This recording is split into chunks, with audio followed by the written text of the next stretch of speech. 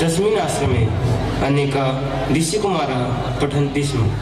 तेषु उपमन्युनामकः एकः शिष्यः अतीव विनम्र सेवापरायणः आज्ञाकारी च आसीत्। ऋषिधौम्यः तस्य कथं परीक्षां नीतवान् तस्य उपरि एका लघुनाटिका वयं प्रस्तौमः।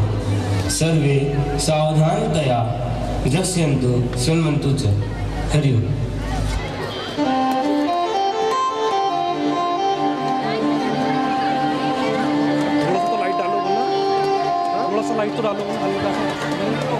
श्री गुरुभ्यो नमः। हरिः ओम्। गणानां त्वा गणपतिं भवामहे कविं कवीनामुपमश्रवस्तमम् ज्येष्ठराजं ब्रह्मणां ब्रह्मणस्पत आनः शृण्वन्नोतिभिः सीदसादनम्। महागणपतये नमः।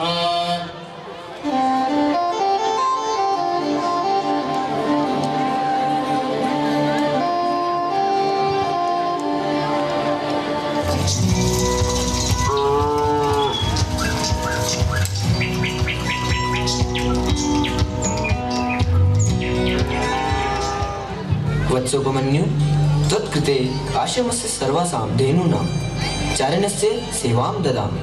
अस्तु गुरुदेव, अवश्यमेव धेनुचारणस्य सेवां करिष्यामि।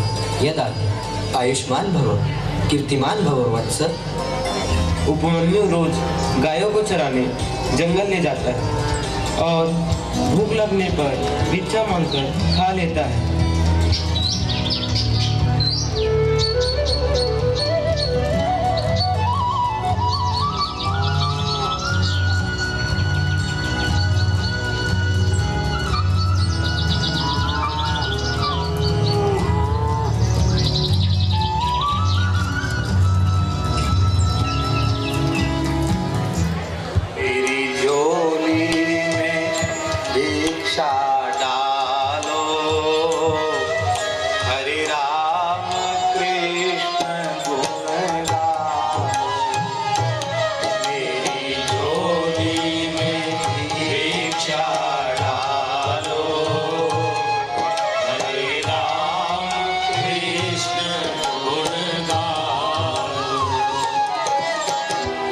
भिक्षां देहि, भिक्षां देहि।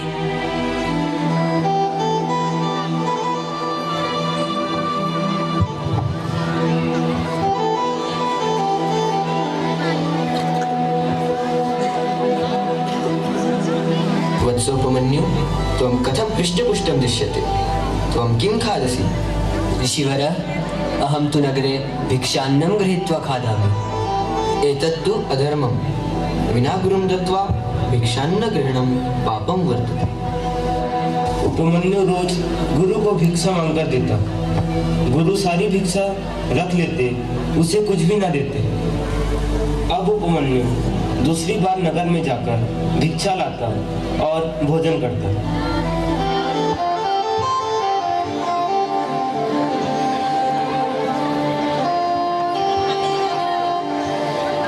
भिक्षां देहि, भिक्षां देहि।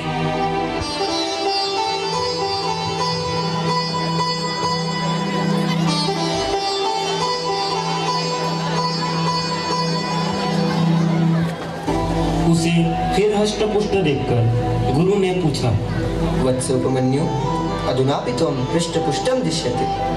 किं खादसि त्वम्? आचार्यः, अहं तु द्वितीयवारं भिक्षां याचयित्वा क्षुधानिवृत्तिं करोमि। वत्स, इदम् अनुचितं कार्यं। भिक्षा कदापि द्विवारं न याचितव्या। द्विवारं भिक्षायाचनं पापम् अस्ति। उपमन्यु ने आदरपूर्वक गुरु आज्ञा स्वीकार की। कुछ दिन बाद गुरु ने फिर उसके निर्वाह के बारे में पूछा।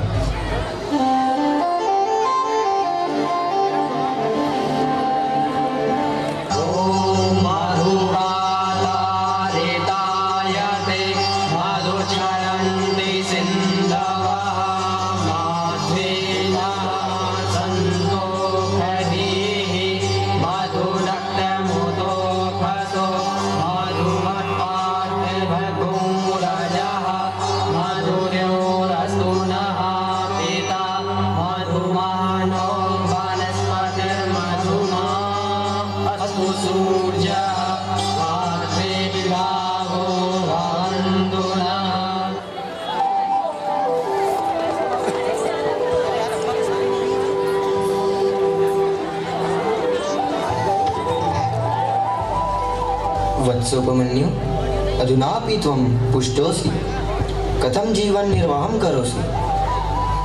गुरुवरः, अहं गोदुग्धपानेन शुद्धानिवृत्तिं करोमि। वत्स, विना गुरोराज्ञया गोदुग्धपानं तु चौरकार्यं वर्तते। एतादृशं मा कुरु।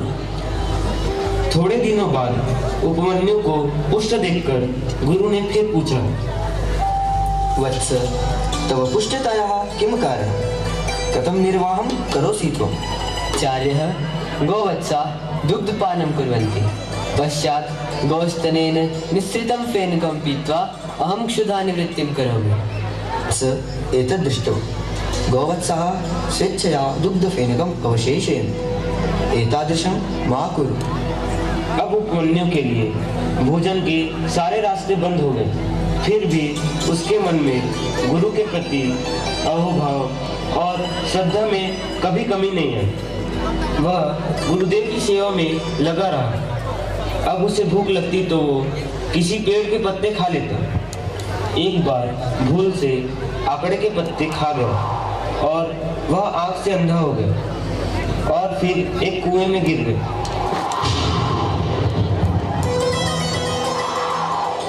गाय तो आश्रम में आ गई, लेकिन उपमन्यु के ना आने पर गुरु उसे जंगल में खोजने निकले।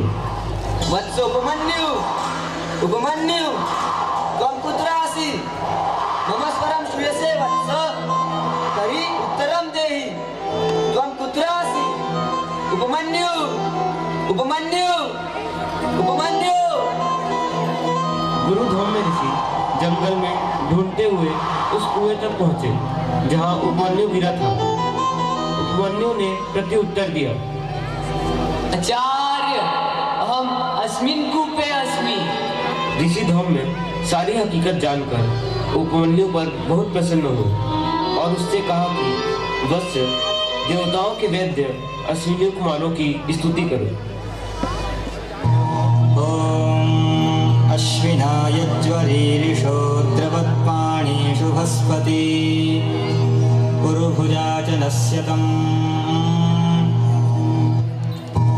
ॐ अश्विनाय ज्वरीरिषोद्रवत्पाणिषु भस्पति पुरुभुजा च नश्यतम्। उपमन्यु ने उनकी स्तुति की, जिससे अश्विनी कुमार प्रकट हुए और औषधि युक्त मिठाई दी और खाने को कहा। वत्स, इदं तु औषधि युक्तं मिष्ठान्नम् अस्ति। ग्रहणं कुरु, गृहात् पुनः नेत्राभ्यां द्रक्ष्यसि। क्षम्यतां देव, अहं विना गुरुराज्ञया न किमपि खादिष्यामि।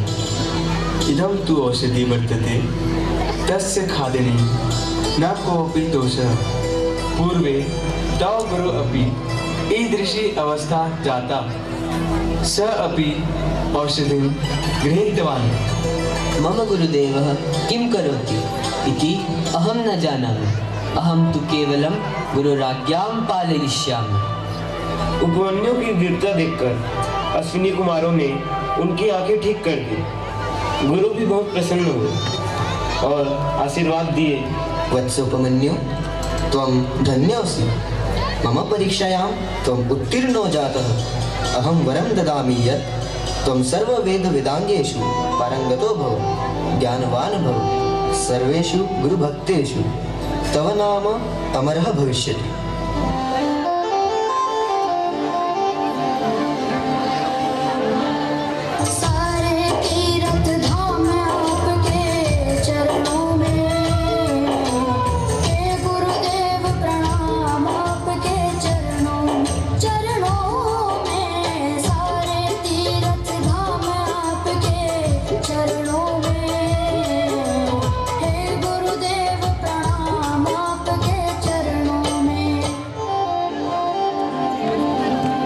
वैसे ही हमारे गुरुदेव पूज्य संत श्री आशाराम जी बापू जी ने अपने गुरु साई लीला शाह जी के आश्रम में रहकर कई प्रतीक्षाएं सहन करके गुरु सेवा की और अपने गुरुदेव की प्रसन्नता प्राप्त करके गुरु कृपा से आत्म साक्षात्कार किया।